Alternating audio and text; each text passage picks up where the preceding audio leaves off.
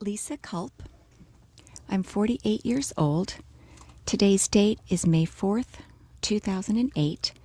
Our location is Sacramento, California, and my relationship to my interviewing partner is colleague. And my name is Mohammed, Mohanna. I'm 57 years old. Today's date is May 4th, 2008. We are in Sacramento, California.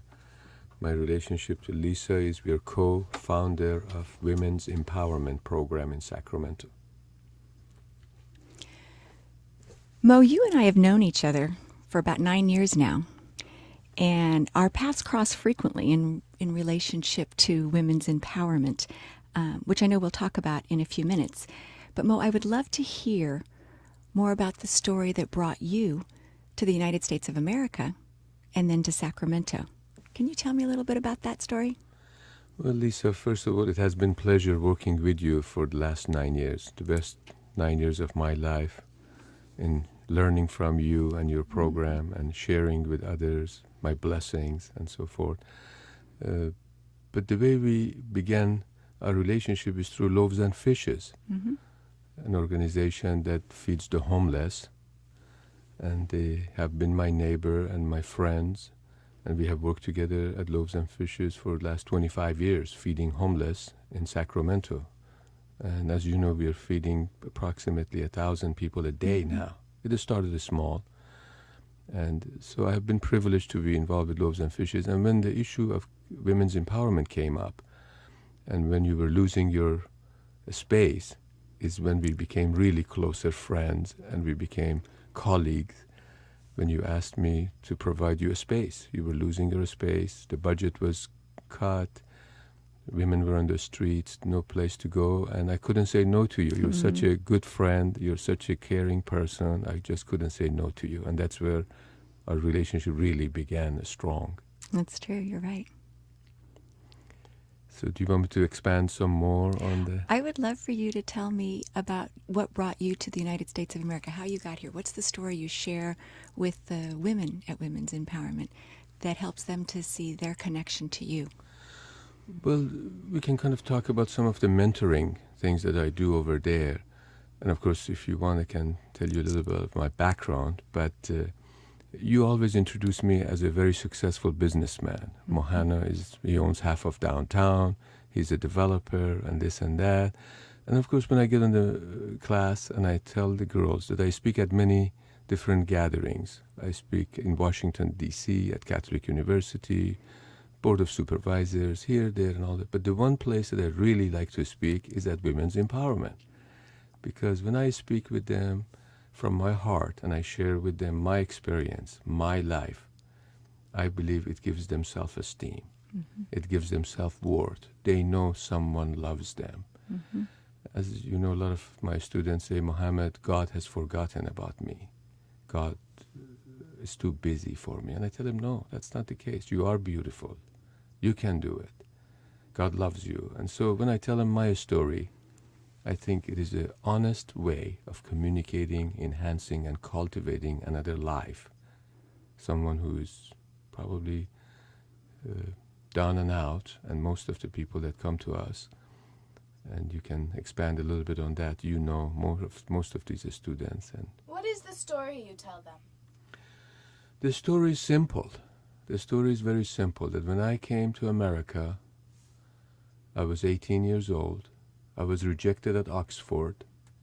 I was no good, and nobody wanted me.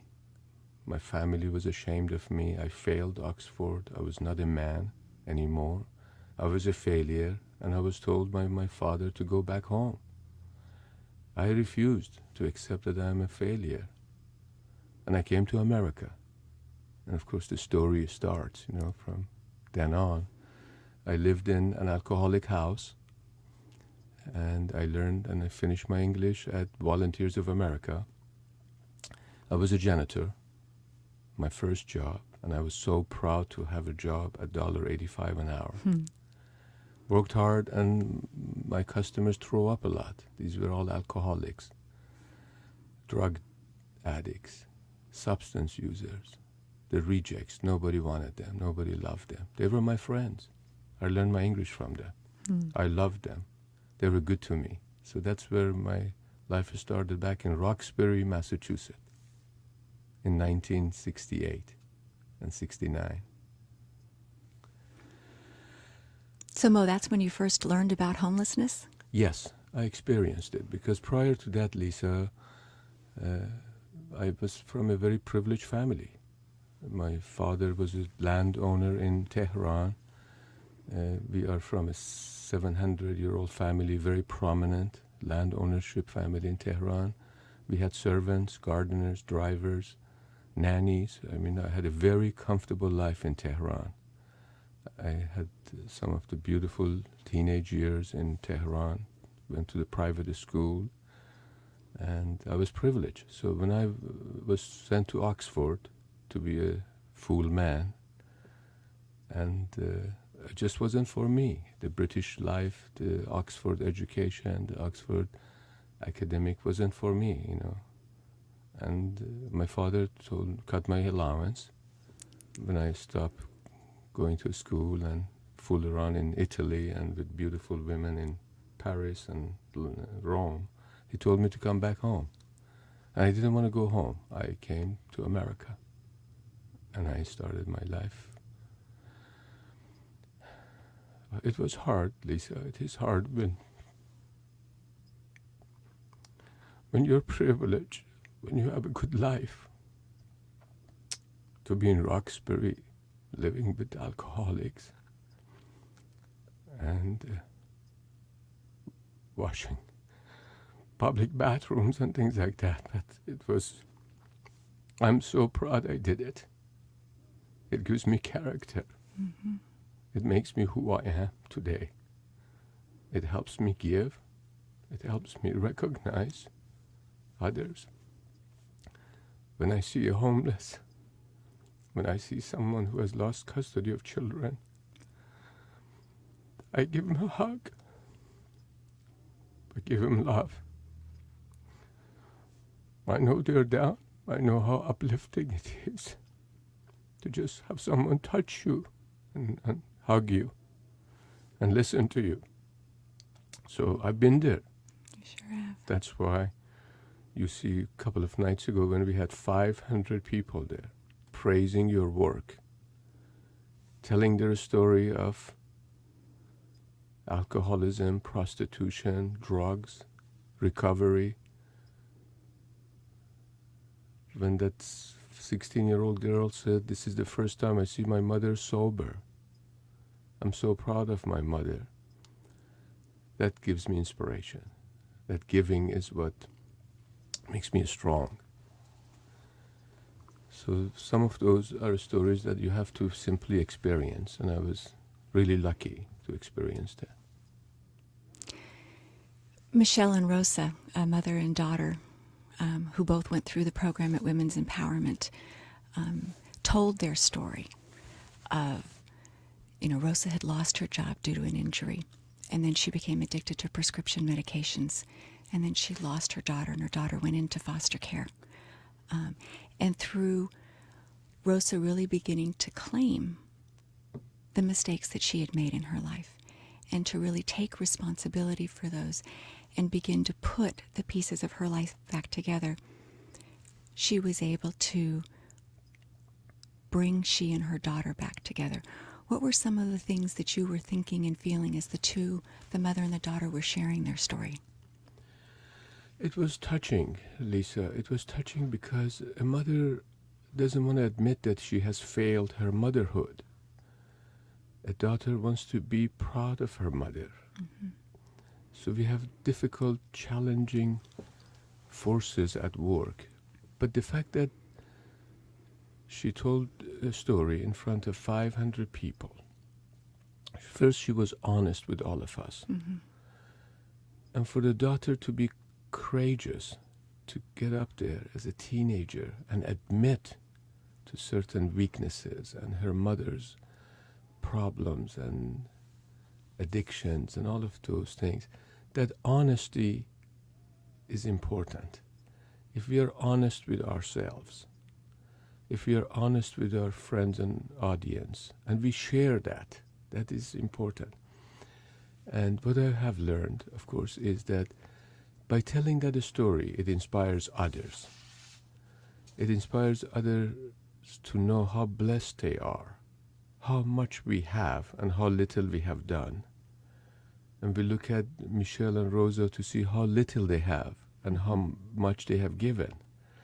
So it was inspiring. It really was inspiring, and I think they're on their way to recovery.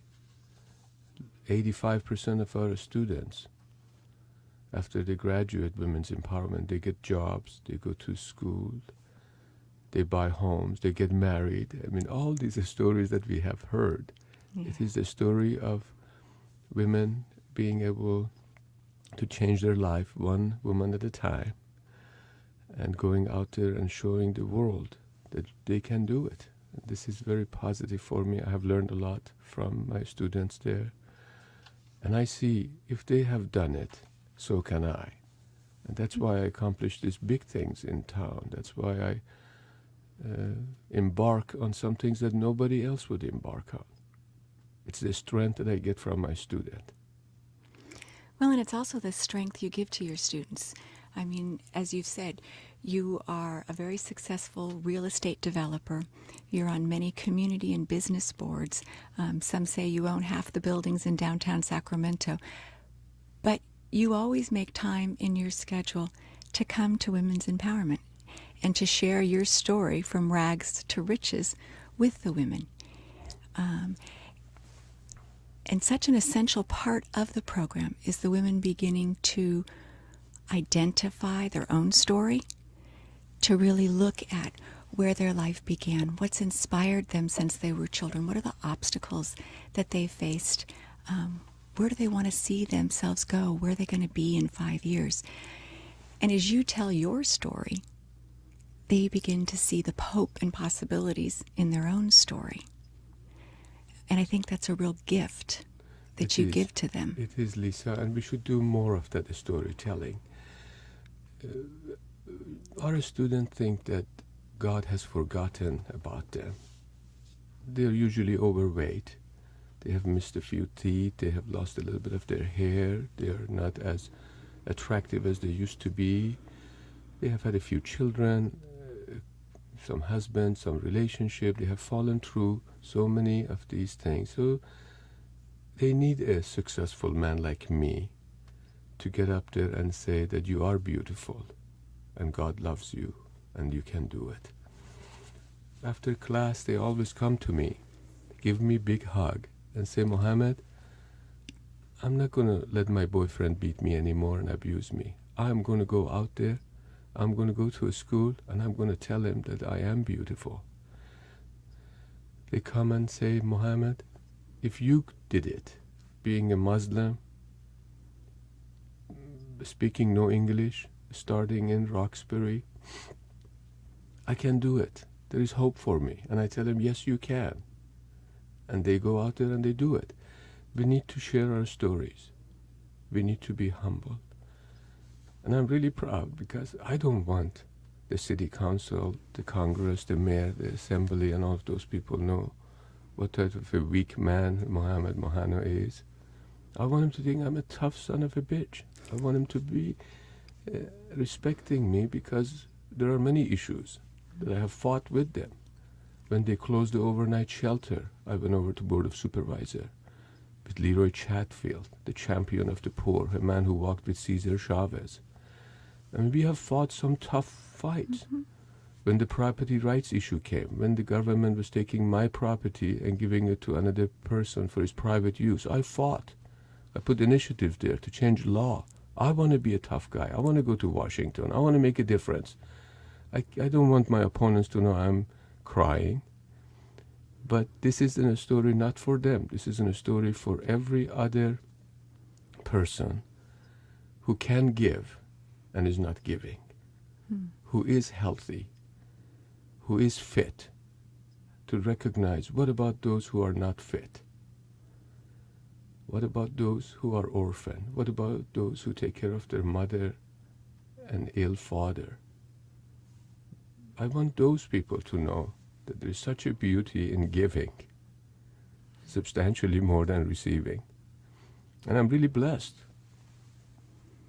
Okay, as a businessman, for many, many years before I meet you and before I meet my student, I thought, well, that's all there is to life.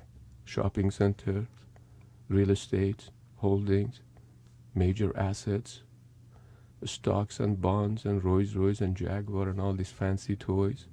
Today I know those are not worth anything. The friendship, the caring, the loving, the sharing, those are all part of my financial statement. It's invisible. Not to the women and children who live on the streets of Sacramento. It's certainly not invisible. What are your hopes for the future of women's empowerment? We're going to have more graduates. We're going to show this community that the people that are down and out can change their life. We're going to show our sponsors that their investment is the biggest investment that counts. We yield maximum return on their investment. So far, Loaves and Fishes, Women's Empowerment, Clean and Sober has not got a penny from the government. It is all volunteerism at work. And I've said as a joke to Sister Libby, director of Loaves and Fishes, I said, I'm not going to let you Catholics have all the blessings. I said, the blessings are not just exclusive to Catholics. I want to share. And she said, make my demo. Come on down, roll up your sleeves. So our goal is to really end homelessness. And we can do it. We are blessed, we can do it. I have been to many meetings, many boards that regular businessmen want to kick Loaves and Fishes out of Richards Boulevard. 11 years ago, the city council passed a motion to close Loaves and Fishes. They sued us. You remember the suffering we went through. And they wanted to close the Loaves and Fishes. And I was in many series of meetings. And one meeting, they kicked me out of a board meeting. They said, you're a friend of Loaves and Fishes, Mo, you don't belong here. On another meeting, I said, I want to put Loaves and Fishes out of business. I'm asking each of you to hire a homeless. And that's the way we can do it. They thought that was the hard way of doing it. It's easier just to close Loaves and Fishes and get rid of the problem. These people are innocent. We need to forgive them. They don't know what it is to be homeless. They just don't know what it is not have a job, not have a meal. If we tell them these people don't have any bread, they tell us we'll have a cake. Right. They just don't know. We are so blessed in this country. Our refrigerators are full, our garages are full of gadgets and things. So we don't know what it is not to have. And so my message to all of those blessed people is that come with me, walk with me. Let us go to Loaves and Fishes on North C Street, Richards Boulevard. Let us go and see Mustard Seed, the school for children. Let us go and see what our women's empowerment are doing. And I said that in all of our classes. For every one of you that is here in this class, there is 3 or 4 people outside that didn't have the privilege to be here. You are blessed. You're here at the class. You're learning how to do your resume, how to dress properly, how to have self-esteem, how to manage your anger, how to forgive. All those wonderful, wonderful mentors that come there and teach, and the girls learn, and they go out there, get a job. I want the business people. I want all those who are blessed to come and see it. That's why I advocate. I advocate for the homeless. I'm the voice of the voiceless. I go to the city council. I go to different organizations. And I give that message, the message of hope, message of possibility. We can do it. We are a blessed nation. There should be no homeless in America. There should be no mentally ill on the street, left alone by himself. All he wants to do is to take his pill on time. When the police comes and take the push cart with all their sleeping bag, When the police comes and wakes them up behind bridges and in the alleys and under the highways and all of that, well, they think they're doing their jobs. They don't know their job is to serve humankind. They have a job to do. The business people are putting a lot of pressure on the police department. Nobody wants us in their neighborhood. That's the problem. We spend millions of dollars chasing the homeless from one neighborhood to another. We could spend 1/10 of that helping them. So true. Mo, if there was one story that you would say guides your life and your work, what would that story be?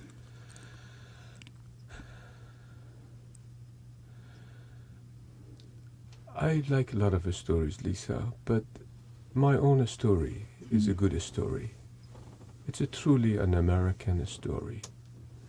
People from all over the world take their life in their hand, cross the borders, cross the oceans, come to America because of that promise, because of that story. It's an American story.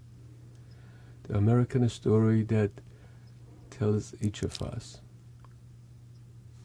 that we can do it, the possibilities, the concept of accomplishment for all of us, the concept of equality in all of us, the human values that are preserved in America. Those stories make America strong. An immigrant coming to America, rising from a janitor to board of trustee of University of Davis, being recognized in Washington at the State Department, meeting with President of Iran, the former President of Iran, members of Congress, meeting with governors, sitting with them. These are all American possibilities. These are American stories. The great nation of America, the great people who invited me for the Thanksgiving dinner when I was poor, gave me a meal, gave me their used clothes. They gave me shoes on the icy, snowy Boston because my shoe had holes in it and I used to put pieces of cardboard in it. Those Americans and the American story is what's going to keep us alive and it's going to keep us strong. They can burn our bridges, they can bomb our buildings. They're not going to take that fabric of human values from us, Americans. That story needs to be told, Lisa. It's a good story. Well, and what strikes me in your story, and it helps me to see how you can be such a powerful bridge for the women, is you've come from having lost, and you hold both of those in each hand, knowing that things come and things go. But what stays is the relationships that we develop between each other. And I think that is the most transformative part of women's empowerment, is that women who feel so isolated from our community because of their situation of homelessness see when volunteers come and share their wisdom, their expertise, their skills, that there is a community that cares, this community that they feel so apart from and that they long to be a part of. There's a bridge now, and it's that bridge that helps them leave that situation of homelessness and become a part of the community again. Yeah, and I want to reaffirm each time to our students that the community hasn't forgotten about you. The fact that I tell them that I lost everything and I gain it back again, or the fact that it could happen to anybody. Don't be ashamed of yourself. The fact that you lost your husband, you lost your home, you lost your wealth, that doesn't mean you lose your dignity. I want to tell them, and that's why I hug them a lot. That's why I tell them God loves you, that I got to give them the hope that they can again regain their dignity, self-esteem. They just got to be focused. They got to work hard. drug should not be part of their life. Prostitution, alcoholism, and all this thing is not a solution. And I want to get them focused that there is the light at the end of the tunnel. So when I tell them my story, of, like you call it, from rags to riches and so forth, it's a true example of if Mohammed could do it with all the obstacles. And I always tell my students that it's not easy to be a Muslim. It's not easy to be a Shia. It is not easy to have an accent. When you apply for a job, you tell them my name is Mohammed. I have an accent. I'm a Muslim. I mean, that's very tough to get a job, especially when your resume says you're a janitor. You don't have any other skills. But you knock on those doors, expecting them to say, no, I don't want you. You knock another door, and you knock another door. You know the more no's you hear, you're that much closer to a yes. You're only interested in one person that says, yes, you can cut my grass. Yes, you can clean the swimming pool. Yes, you can clean the bathrooms. And that will lead to other success. I need to let my students know, don't take no for an answer. Don't give up. Focus, get that job. Work hard, no matter what that job is. I know you used to be a legal secretary, but right now, you take any job. You're proud to have any type of a job. It could happen to any one of us, Lisa. Especially now. These are hard times. These are hard times. Sometimes at many meetings with business leaders, bankers, attorneys, politicians, and they say, Mo, we need to get rid of these people in this community. They make our city look bad. And I tell them, listen, it could happen to any one of you guys. You can lose anything you have instantly. It could happen to me and I can go broke. But one thing I know, I can always go to Loaves and Fishes. They will give me a meal. They give me a hug. But what the hell are you going to do? Think of yourself. And a lot of people really have thought. And they come to me and say, Mo, is it true really? Could it happen to me? I said, yes. Multi-millionaires. 3-4 million square feet of office building. Retail centers. Go broke. His wife leaves him. Children don't want to have anything to do with him. He starts drinking. The bankers don't know him anymore. The Rolls Royce and the boats and the Learjets are repossessed. It could happen to any one of you. It happened to me. The only thing is, if you know that you have good friends, if you know you have given, and you have encouraged and inspired a lot of people, that gives you the encouragement to get back up and rebuild it again. So whatever we have, Lisa, we're just sharing it temporary. All these high-rises you see as we walked here, just for a period of time we own it. And after that, our children will own it. They pass it to other people. The bankings will eventually take it. We only have use of these facilities for a while. It's really not ours. It's not mine. It belongs to all of us. I'm just sharing it for a while. And I need to recognize that. That ego of power, the satisfaction of making a phone call to a senator, making an appointment with the governor. It gets to your head after a while. You think you're untouchable. But coming to Loaves and Fishes, coming to the classes at Women's Empowerment, it brings me to reality. It could happen to me any day, and this is where I belong. So I think those type of stories, those type of connections keep me strong. I want to work harder. I want to make a difference. That's what's driving me. And you have given me that inspiration. Really, it has been Wonderful.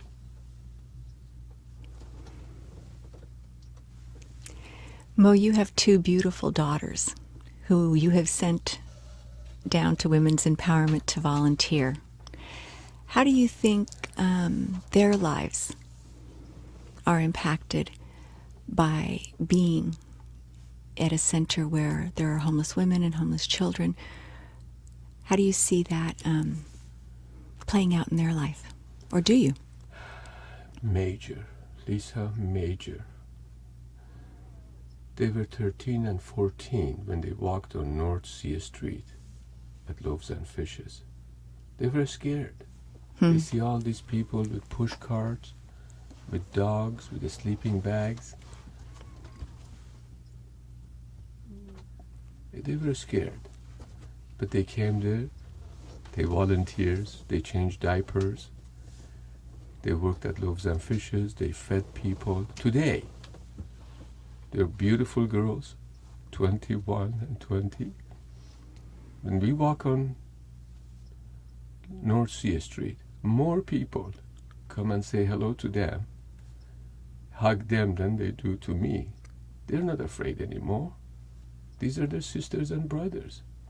Lily and Nikki.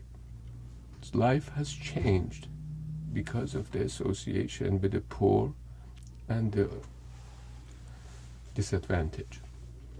That is what is sad for every child out there who never had the privilege, every teenager out there who never had the privilege of being at Loaves and Fishes. It's important. We have gained more than we have given, and I assure you that. In my life, my two daughters, one is at Berkeley, one is at UC Davis. They're going to rise to some very strong position, but they will always have their heart. They remember those children that were always crying because their mothers were drug addicts. It takes a long time to get it out of their system. The child is born to this life with the alcoholic mother, the substance abuser father. Father is not there, has left the family. They live in their cars. They come and eat at Loaves and Fishes. It takes a lot of courage for the mother to bring their children and to start taking classes at 45, 50 years of age. It is tough, Lisa. It is lonely out there when you sleep under the bridges, in the bushes. For a woman, it's very hard. Remember that a student said that they had a dog. They slept too close to the highway. The dog was run over by a car. They missed their best friend. We need to recognize this could happen to any one of us.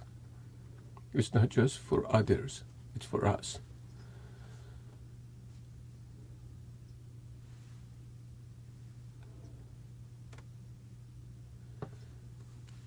I'm emotional, Lisa, but I'm a tough guy. I'm going to go out there and we're going to help a lot of our students. We're going to encourage others to come in and participate with us. There's a lot of load to lift. We can't lift it by ourselves. No. We just can't. And government can't do it by themselves. We need to be more proactive. We can make a difference. And these are our brothers and sisters and are down and out. They didn't choose to be homeless. They didn't choose to be drug addicts and users.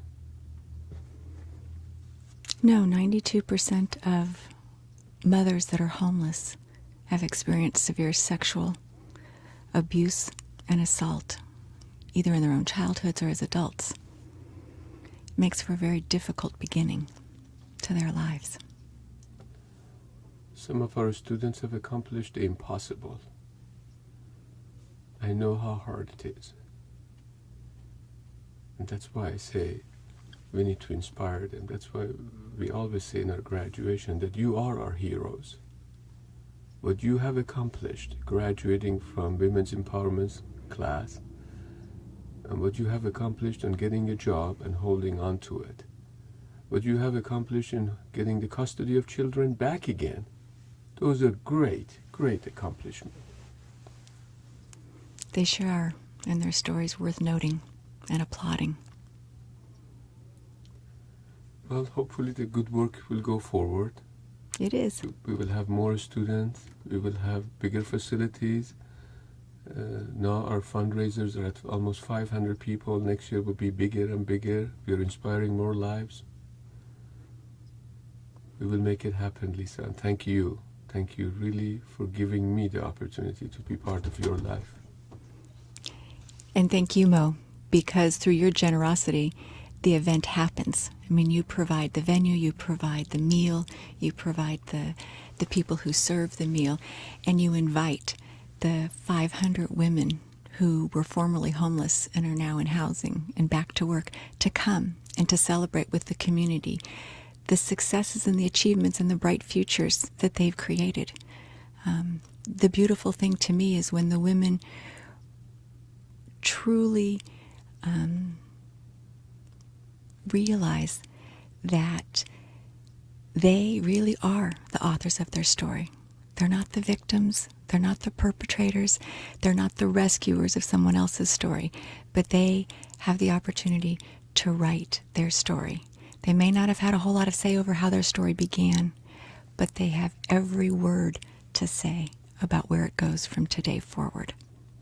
And thank you for creating a venue where they can come and tell their stories and inspire and educate the community, because it really has been for me their stories that inspire and inform my life and my choices. It is a pleasure, Lisa, and I'm blessed to be part of this family of wonderful people. And we are really blessed, truly. Thank you. Thank you. There's just a couple minutes, but I have one question, which is, I guess, for each of you. When you're walking in downtown Sacramento or anywhere and you see maybe a homeless person asking for money, how do you respond? I started Downtown Partnership, and over there we are supposed to give them a location of the centers that feed. It is difficult because we don't want to really give them money, because they go and some of them drink alcohol and things like that. But it is for every individual to decide what to do. I refer them to Loaves and Fishes. I refer them to facilities, and sometimes I take them for a ride to those facilities. But there are a lot of homeless people. It's going to increase as recession hits. A lot of people that we know that would have never thought they would be homeless, they are. So we just need to help them and give them facilities and give them assistance. And I think it's such a good question because, and I don't think there is one answer. And I don't do the same thing every time. And I've answered the question differently for myself when I'm alone than when I'm with my son. Because when I'm with my son, it's so important to me to instill the values in him of relationship, that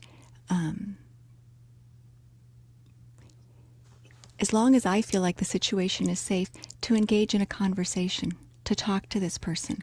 Because I know what homeless people have told me is one of the hardest things about being homeless isn't having to wait in line for a ticket to get lunch. It isn't having to wait in line for a shower. It isn't even always having to sleep outside. It's the way that people look at you when you're homeless. And that sense of being humiliated and degraded and less than. So to me, the first part that's the most important is to engage in a relationship, a conversation with that person, and then decide within yourself, what are you able to give and what do they need? And so sometimes I do give money. Sometimes I do give referral to where services are. And sometimes I just say hello and talk for a minute and know that that connection was the most honest one that I could give. You're right, Lisa. My problem is I believe in tough love policy. Mm-hmm. And when I know an individual is going to take that money and drink more, it is hard for me to give him money. But I will go out of my way, spend substantial time to make sure that he goes to the right facilities. it is much easier for me to give him $1. Mm-hmm. But I put him in my car, I take him over to Clean and Sober, I introduce him to Manny, and I try to get him enrolled and all of that. But you're right, it's for every individual to decide. First of all, we need to be feeding them. I mean, these are essential necessities, they have to get fed. And then we can talk about other activities and so forth. The problem is we're too busy in our lives, and we just don't have the time for every individual that comes on our path. And I'm the same way. When I'm with my daughter, I act differently, Mm-hmm. because you want them to know that they have to participate and give. It's a tough situation. It is really tough. We shouldn't have as many homeless people as we have on the street. But we need to do something about it. As business community, we got to take responsibility. We have failed our community, and I'm ashamed of that. I've said that at many Chamber of Commerces. I've said that at many business meetings. We just haven't done our parts for our brothers and sisters. We have deferred them to the government, and they're not doing it. Well, and I know when I was 15 years old and I first started volunteering with organizations that worked with the homeless, there were no women and children who were homeless. Everybody that I saw were men. They were vets, they were single men, but there weren't any women and children. And now, 25 years later, almost 50% of the homeless population is comprised of women and children, of families. So what that says to me is this is a problem that we've created, and we can take the responsibility for changing it, because it's not meant to be that way. And Lisa, in our class, we have graduated more than 500 women, but there has been more than 500 children that have been Right. saved. Right. For every student that comes to our class, there is at least one child, or maybe more than one child. So when women are at a disadvantage, their children's life is going to change. Our future is at risk. So not only we are helping the mother, but we are also helping the child. Absolutely. Absolutely.